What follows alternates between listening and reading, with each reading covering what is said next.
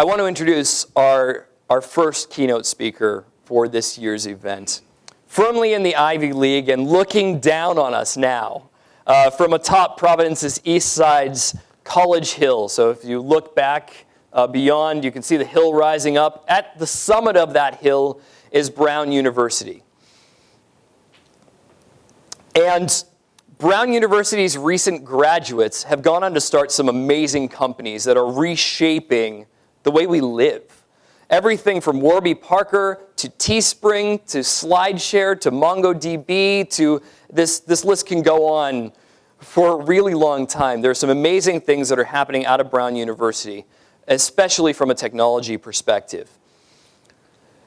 At the epicenter of all of this, Virgin Pulse is another one that we'll talk about that company later as well. At the epicenter of all of this technological advancement is Brown University's CIO and Vice President Ravi Pendse. Dr. Pendse is a professor of practice in computer science and engineering. He's a faculty fellow in the Watson Institute at Brown University. He's a Brown University Cisco fellow and a senior member of IEEE. He serves on the Higher Education Advisory Group at Microsoft, the Global Advisory Group at Cisco, the CIO Advisory Board at Aruba, the Board of High Touch Technologies, and currently he's working on building an Internet of Things lab at Brown University. I don't know how he sleeps. He does so many amazing things. It is, without a doubt, my absolute honor and joy to introduce our first keynote speaker, Dr. Ravi Pendse.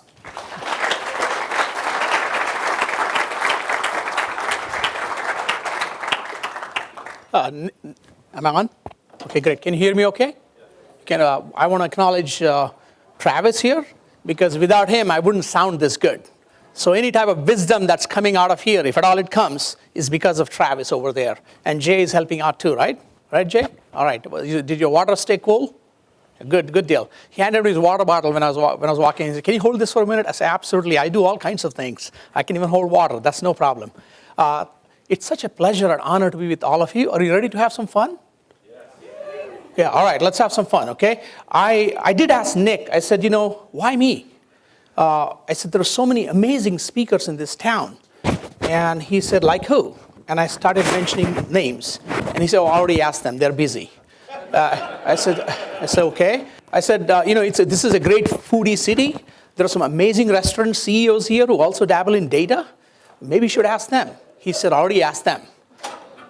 I said, okay. And I said, then why me? He said, listen, we know you're a nerdy guy. That's what Nick told me. The time of 1 o'clock, it's right after lunch. So usually it's kind of check the box kind of hour. People have to just kill time. So we know you'll do a real good job. And I said, oh, okay, Nick, thank you. I appreciate that. So I'm going to need your help if you're going to have fun, okay? Because I can't do this just by myself, okay? I have a lot of interesting roles at Brown, but really the most important role that I have at Brown is that of a learner. I learn every day. And what I want to do is share with you what my mother taught me when I was like 4 years old. And I want to share with you 3 Sanskrit phrases. Nick did tell me that among your amazing talents in data science and analytics and governance and all are also skills in Sanskrit, so that I don't have to translate it for you. He did tell me that. So here we go. Matru Deva Bhava. Matru is mother. I'll translate it. She's like, what do you think you're talking about? Matru Deva Bhava. Mother is made in the image of God and should be respected as one would respect God. Pitru Deva Bhava. Pitru is father. Father is made in the image of God and should be respected as one would respect God. More important for this conversation, Acharya. Acharya Deva Bhava. Acharya is teacher. Teacher is made in the image of God and should be respected as one would respect God. I see a teacher in each one of you. And what I'm hoping is that as we have this conversation, as we have this dialogue, I'm hoping that I'll learn more ideas leaving this room than I can ever share with you. So we're going to survive this 30, 40 minutes that we have only by working with each other. So the question is, are you ready to have fun? Yes? Okay, all right. So moving forward, there you go. I like that spirit. Usually I don't get that kind of reaction when I'm with other geeks like me. Okay? So this is good. You got a cool group. I wish I was with dinner yesterday with you guys. That would have been more fun. So Brown, as Nick pointed out, I have privilege and honor to work at Brown. And I wasn't good enough to get admitted into Brown, so I did the next best thing. I somehow crawled my way up the hill and convinced the leadership to maybe keep me around for a while, okay? We've been having a lot of fun there. We have amazing students. These students at Brown are just incredible. Every one of them wants to change the world, and most of them will. They drive us every single day. Brown takes great pride in the idea of open curriculum. Maybe some of your children go to Brown or have graduated. Amazing, innovative, and groundbreaking research occurs at Brown. And so we'll have a chance to talk about that as we have some dialogue later on. But if you haven't had time to check out Brown University campus, I encourage you to do that. And these are the famous Van Wickle gates, which are opened only twice in the life of a student. Once when they're walking in, and once when they graduate, when they walk out of Brown. So it's a very historic thing when these gates are concerned. So be sure to check those out if you get time while you're here in our city, if you're visiting. So moving forward, here is where you come in. From your perspective, your life experiences, and you have a lot of them, and I do have parting gifts as you answer questions, okay? Which you can collect later after I disappear from here. So, no, I actually have them. From your life experiences, perspectives, I approximately use 10 years as a time frame. What changes do you think have occurred in our world? What changes do you think have occurred? Just raise your hand, shout it out. Yeah, go ahead, please, in the back. Okay, these things. He's waving a smartphone or a mobile device. What an amazing things have happened. iPhone was introduced in 2007, and then the Android devices followed, 10 years old. The entire ecosystem that we depend on. Nick talked about Facebook as a portal. Think about what Facebook has been able to do. Facebook is the largest content provider in the world, and yet they don't produce any content of their own. I don't know how much of it is produced by Russians, but they don't produce any content on their own. We'll find that out along the way. Think about what has happened because of the smartphone to models like Uber, or Uberification of our world that has occurred. Because at the push of a button on your smartphone, you have a car that comes to pick you up. On-demand economy is what Facebook has done. Think about Airbnb. Largest hotel company in the world, yet they own no hotels.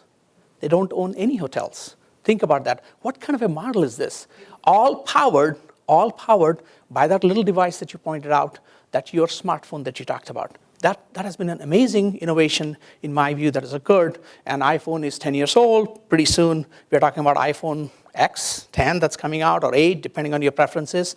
Or if you're like me, you have Android devices or whatever devices that you like, but there is so much power in our hand. So much power. Anything else besides smartphone? Yeah, yes, please. Yes, ma'am. Amazon, the birth of Amazon. And we'll have a chance to talk a little bit more about Amazon later on. But recently, with the acquisition of Whole Foods, a completely different ecosystem now. The day they bought Whole Foods, Walmart and some of the other retailers, Kroger, their stock took a dive. Their stock went down. Imagine one instant here connects with other instant there. That's the power of the global connections and what could occur and how Jeff Bezos and Amazon has the power to disrupt any market that's going on. Prior to all these technology events that were occurring, the word disruption was not necessarily in our vocabulary.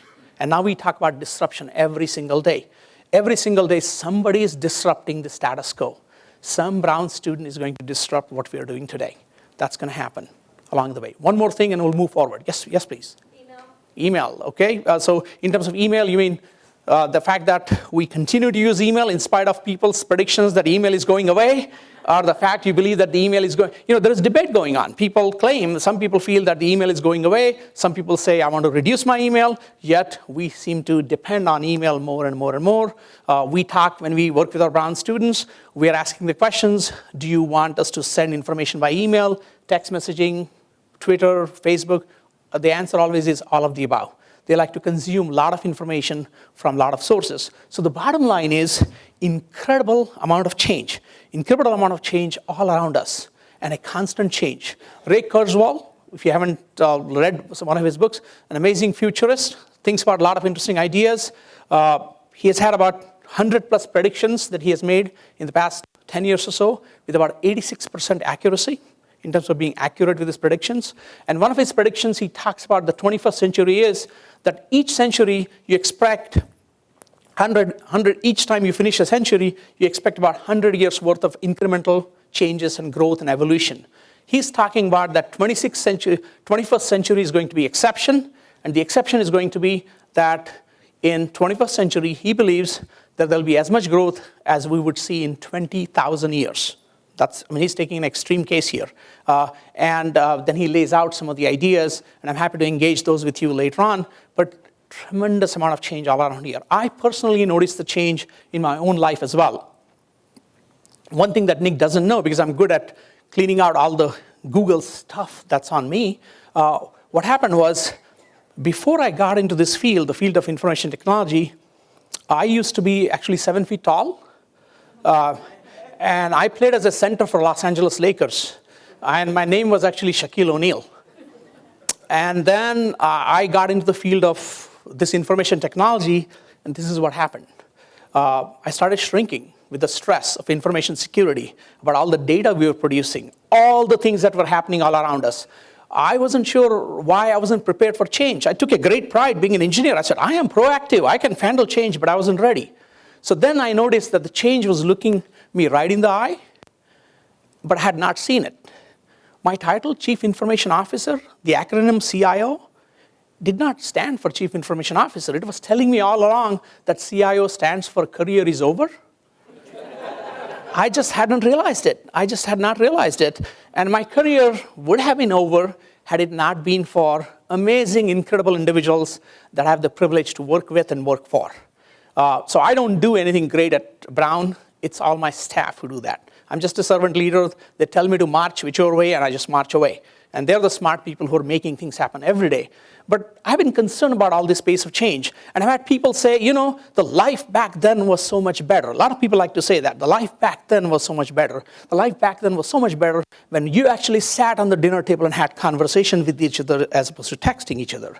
The life back then was better when on the airports, you greeted people. You smiled at each other. Today, if you walk around airports, what happens? Everybody's down and busy. And again, so people say things like that. So I challenge my students. I said to my students, this was not at Brown, at another institution, I said to them, can you go and figure out what the world was like in higher education without the internet and World Wide Web? That's what I challenged them. They initially said, yeah, sure, Dr. P, we can do that. And then they had a pause. I said, what's the problem? They said, Dr. P, we do not know what the world was like without World Wide Web and internet. And I said, oh, yeah, you're right. I said, I should have thought of that. I said, go ahead and figure it out anyway. If you have a hard problem that you don't know the answer to, just give it to your students. They're pretty good, okay? They figured it out. So they said, oh, you mean we should talk to old people like you? That's what they asked me. So we'll watch it there, but yeah, kind of. So the students went ahead and talked to a few people and put together a video. And hopefully the video will run. So I'm going to advance it, and I'm going to have Travis from there run it. Would you like to watch this video? Okay. Let's do an experiment on change. Can you do an experiment with me? Can you all, let me put this down so I can do it with you. Can you all raise your hand like this? Can you all raise your hand? Okay, you ready? And then clap. And clasp your hands together. And now, can you make an observation as to which thumb is on the top, the right or the left? Can you take a look? You have done that? Which thumb is on top? And now, can you switch your thumbs, please? Can you switch your thumbs? Okay. Now, have you switched your thumbs now? And what if I told you to stay that way the rest of the presentation? Is that a comfortable feeling or uncomfortable feeling? Uncomfortable, right? Okay. Now, there are videos everywhere, and so we actually know which thumb was on the top initially, so don't try to change it now. How many of you had the right thumb on the top? Can you raise your hand? Okay, look, those who are sitting in the front, look back, please. You can see, how many of you had the right thumb on the top? Okay, how many of you had the left thumb on the top? Okay, most of you. Now, there may be a few who had neither thumb on the top. Or does anybody like that? There's a few of them, neither thumb on the top. So if you're wondering what that was about, I will tell you that story later on if you have time. If not, you can ask me, because there is actually research that tells you can study human characteristics based on which thumb was on the top. The point I was making there is even a simple change is very uncomfortable. And so how do we then work with dramatic change that is taking place? Are we ready then? All right. You always need to have stories to tell. There we go.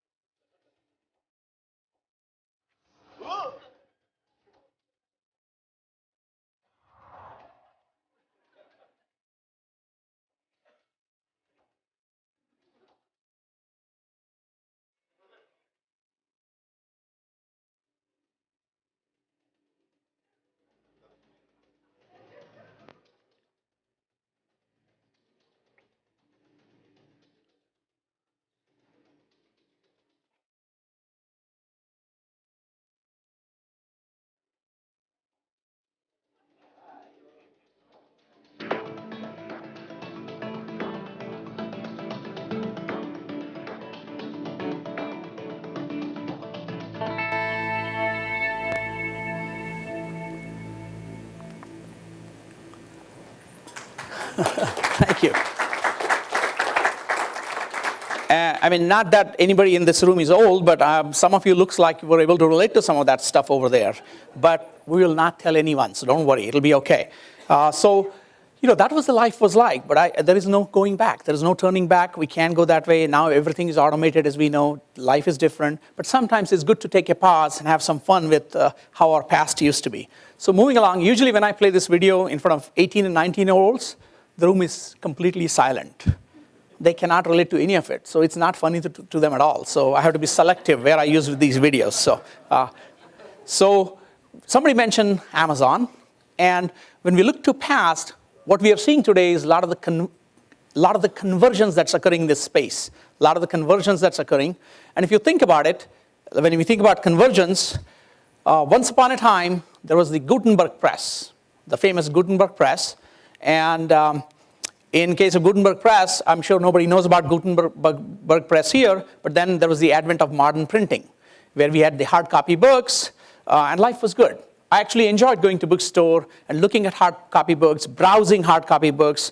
Some people like smelling books. They like the smell of the books. Okay, mostly they work in libraries, but they like them. Okay, so I'm kidding about that. I was the dean of the libraries for a few years, so I enjoy being in the library. But point is, they enjoy that feeling. And then Jeff Bezos had to come along and mess all that up by introducing the Kindle. It was such a good thing, all these books, such a nice ecosystem, and then this happened. The Kindle happened. Interestingly, the idea for an ebook reader had originated with some very innovative engineers who had worked at Borders. And they had taken the idea to the appropriate leadership there, and the idea didn't go very far because people at Borders felt that that doesn't fit in with their ethos. That's really not their culture. It was about people coming to the store. It was about people browsing. It was about people greeting. It was about people drinking coffee, tea, hanging out there. It was not about just somebody downloading a book. And we know how that story ended for Borders, right? If you're familiar with Borders bookstore. And the reason that story ended that way is take a look at the supply chain on the top and the supply chain at the bottom. It costs Amazon less than 6 cents to download the book to your favorite e-reader, whatever it is, less than 6 cents. That scale of economy cannot compete with supply chain on the top. The supply chain on the top, where you have to take the trees, destroy the trees, make paper, print hard copy books, there's simply no competition. There's no competition. And Amazon has done things with Kindle that have been amazing. My dad, who's no more alive, actually just got back from India yesterday night. Okay, my dad, he did not pass away recently, but he thought Kindle was one of the most amazing innovations for him. He was a voracious reader, and as he got older, he was having trouble seeing. Even with large fonts, it was impossible. And when the Kindle happened, and the ability to control the font, where he could make font as big as possible, suddenly opened up a special window for him that never existed. My mother-in-law now, who is 80 years old, loves her iPad. Because with one device, she can not only watch all kinds of shows, do FaceTiming with her grandkids, and it's just an incredible what technology is able to do. So point is, there may be innovation occurring in your organizations. You may be having innovative ideas. Let's hope that your leaders, and if you're a leader, you listen to your folks who work with you, listen to innovative ideas that are coming out so that you don't end up being the next Borders or next whoever. Because people who sometimes don't keep up with what's occurring, chances are we're going to be going Borders ways. We are also seeing this in other areas where convergence is occurring. Once upon a time, in every home, we used to see a cable TV. We used to see voice, landline, and of course, internet access as internet became available. Life was good. Everybody was happy. All the companies were making lots of money off us. And then you know what happened? The phone thing that you mentioned, the iPhone happened. The smartphone happened. Many people, what did they do? Get rid of their landline. Get rid of their landline. I don't want to put you on a spot here, but chances are many of you do not have a landline in your homes right now. Landlines in your homes. I don't, for example. And people got rid of it. So if I'm the phone company, cable company, internet access company, I just lost 1/3 of my revenue. I lost my 1/3 of revenue. What am I going to do about that now? And then Hulu happened. Netflix happened. Hulu and Netflix happened, so people wanted on-demand TV. I don't need to watch cable TV every day. I'll just watch when I want. only my favorite show. Whether it's House of Cards or whatever it is, it's incredible. And as a result, if I'm the phone company, if I'm the cable company, if I'm the TV company, I'm losing a lot of my revenue. So what do? It's the survival. So I try to then merge with other companies. Convergence, I try to converge. Because now I got to find a way to get into your home. I got to provide information. I got to be your sole provider, so I buy things. Convergence. Convergence is occurring. This kind of convergence is occurring other places too. I don't know if anyone of you remember this. Once upon a time, when we used to have music on these record players. These records, you had to have these records. The physical copy you had to have to listen to the record. Then we evolved to the cassette tapes. The good thing about cassette tapes was you could actually share music, even though none of us did it illegally, I'm sure. But you could copy those cassette tapes. I'm sure nobody in this room did it, including me. But we shared music with each other. That was good. And then compact disc was introduced. When the transformation occurred from tape to compact disc, the music was digitized. It became from analog music to series of ones and zeros. And ones and zeros, when it happened, the cord was cut, the music was liberated.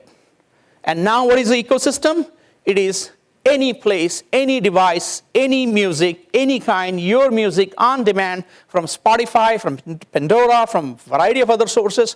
You can listen to your music when you want it. A complete convergence, a complete digital convergence again. So you'll hear this theme of convergence all along.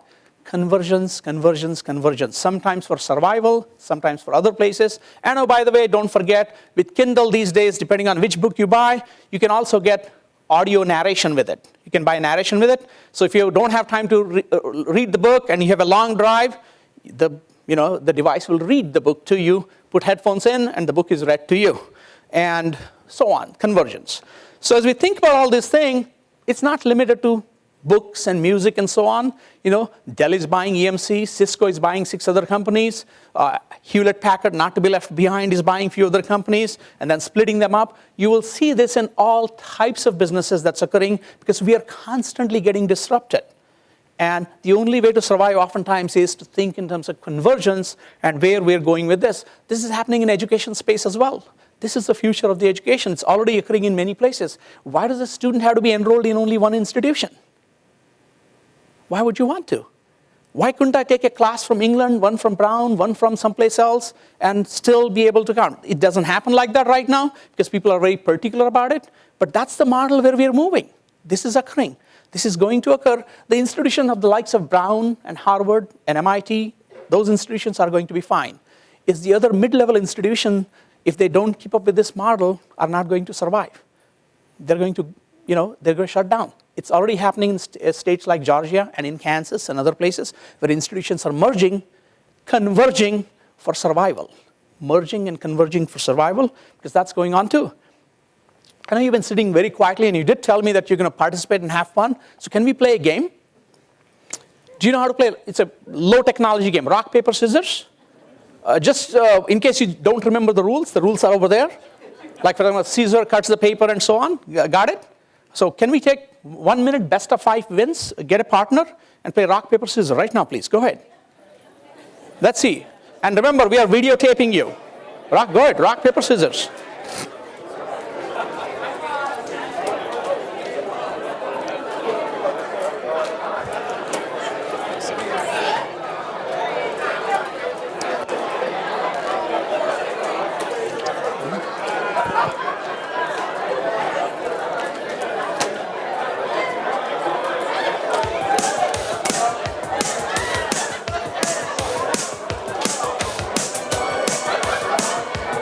All right, can I have you all back?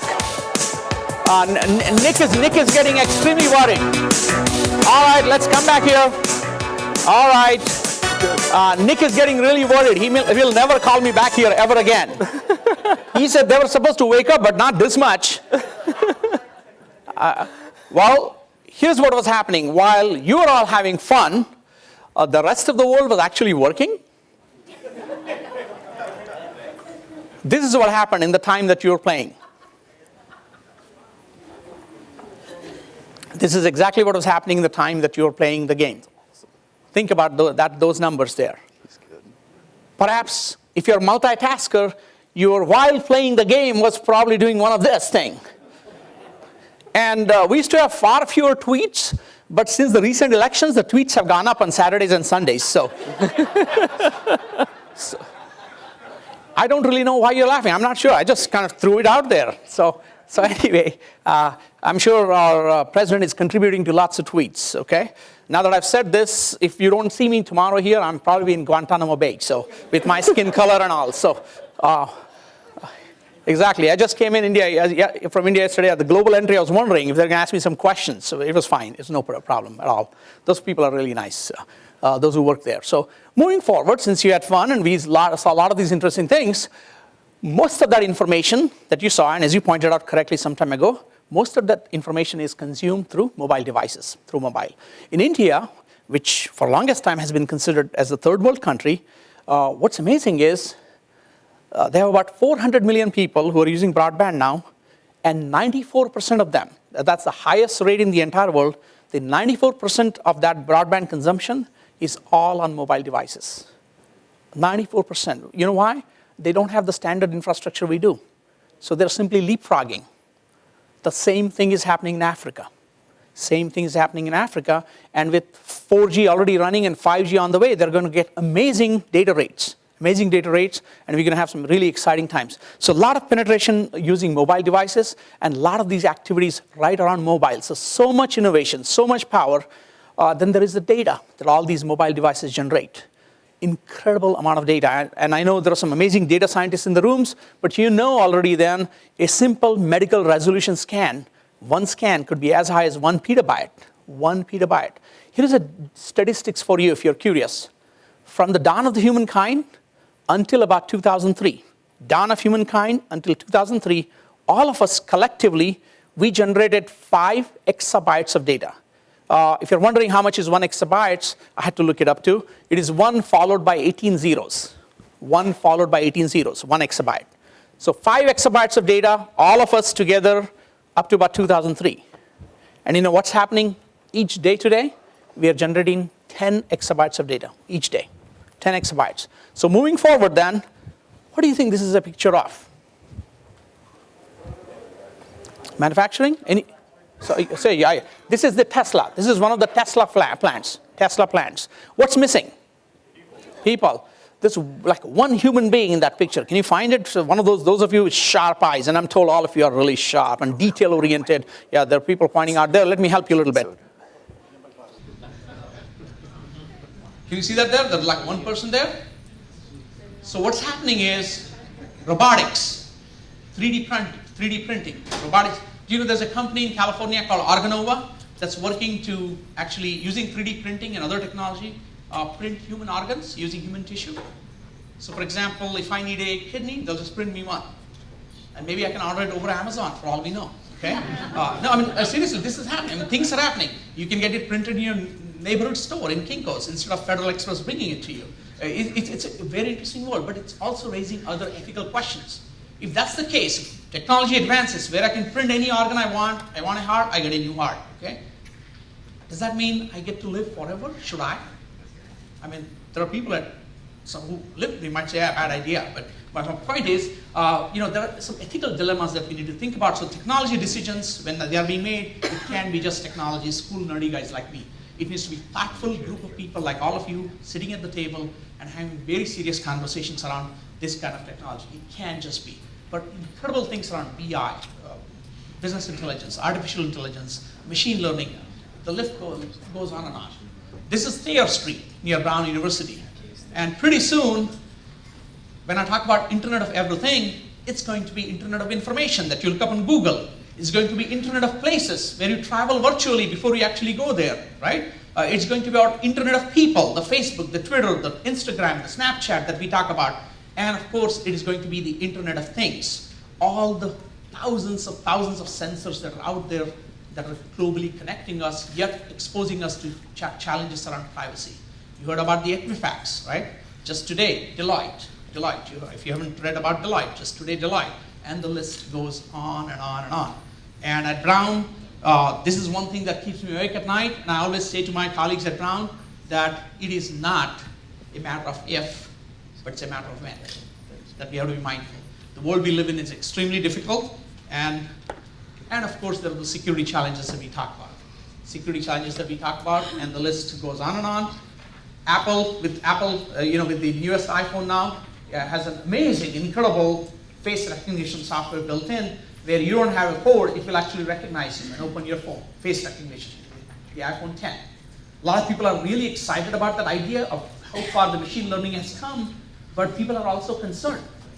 What if that database where that information is stored gets hacked? See, with passwords, you can change passwords. I had the same concerns about fingerprint too. How can I change my finger? And now it's face. What do I do? How do I alter my face? Maybe plastic surgeons are happy, but I don't know about that. So, but this is very concerning. And then there's the advent of natural language processing devices like Alexa and so on, and OK Google. Why would people want to go to any websites when natural language processing devices simply will give you the answers? At Brown, we have 3 beta projects going on where students, instead of typing in questions like when are Dr. P's office hours or what's the dining menu, they can simply ask their Devices, and if it's on Brown University, it recognizes it and it answers all the normal questions that you would ask normally. So the idea is, why bother having people go to website? Leverage the power of the natural language processing.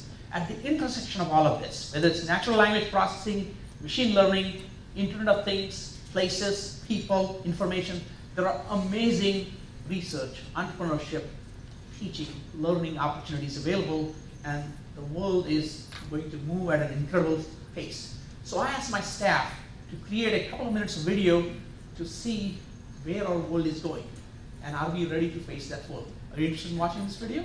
Yes. Go ahead, please. Can you play it, perhaps?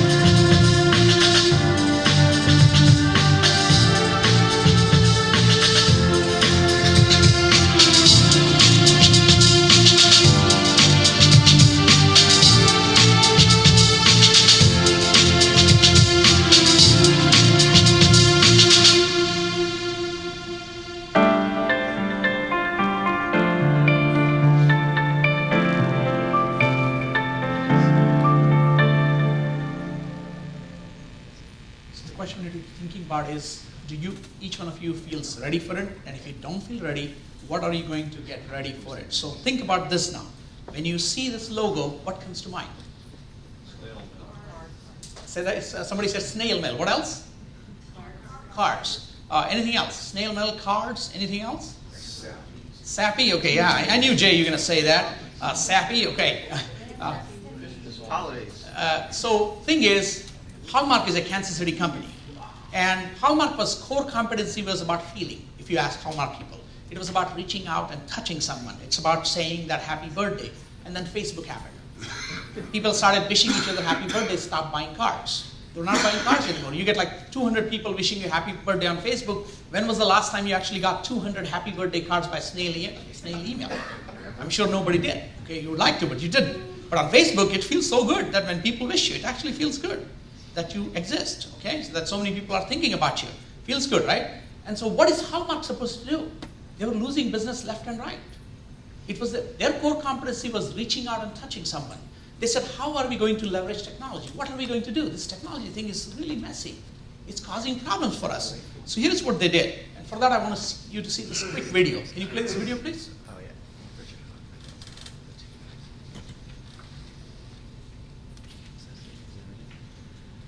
There we go. Would you like me to read you a story? You can't read. 'Twas the night before Christmas, and all through the house, Whoa, that's Grandma. nothing was stirring. Not Kara, not Maya. How does she do that? Magic. Grandma loves you. Good night, Grandma. Good night, Grandma. Be there to read them a story every night. Read it to me again. Hallmark Recordable Storybooks. This Christmas, make it wonderful at your Hallmark Gold Crown store. So here's what Hallmark did. They said, our core competency is reaching out, touching. We have interesting audio technology available. Could we do the following where maybe we talk about preserving and recording the voice of Grandma? Preserving and recording the voice of that soldier that's serving in Iraq who can send a story back to his children. Or that woman who's out there who has been on duty in Afghanistan is able to connect back to her children by reading them storybooks and sending to them. So they said our core competency is reaching out and touching someone. It's about feeling sappy sometimes, but that's the idea. But then leveraging technology, they said, let's do this. So they came up with video recordable greeting cards first, where you could actually record happy birthday in your own voice, and then recordable storybooks. And since they introduced that, 60+% of their revenue has been through what? Recordable greeting cards and recordable storybooks. And that completely reinvented their company. Power of technology, power of innovation, and power of people working together and thinking wonderful ideas. So my question to you is, what's going to be our Hallmark moment today?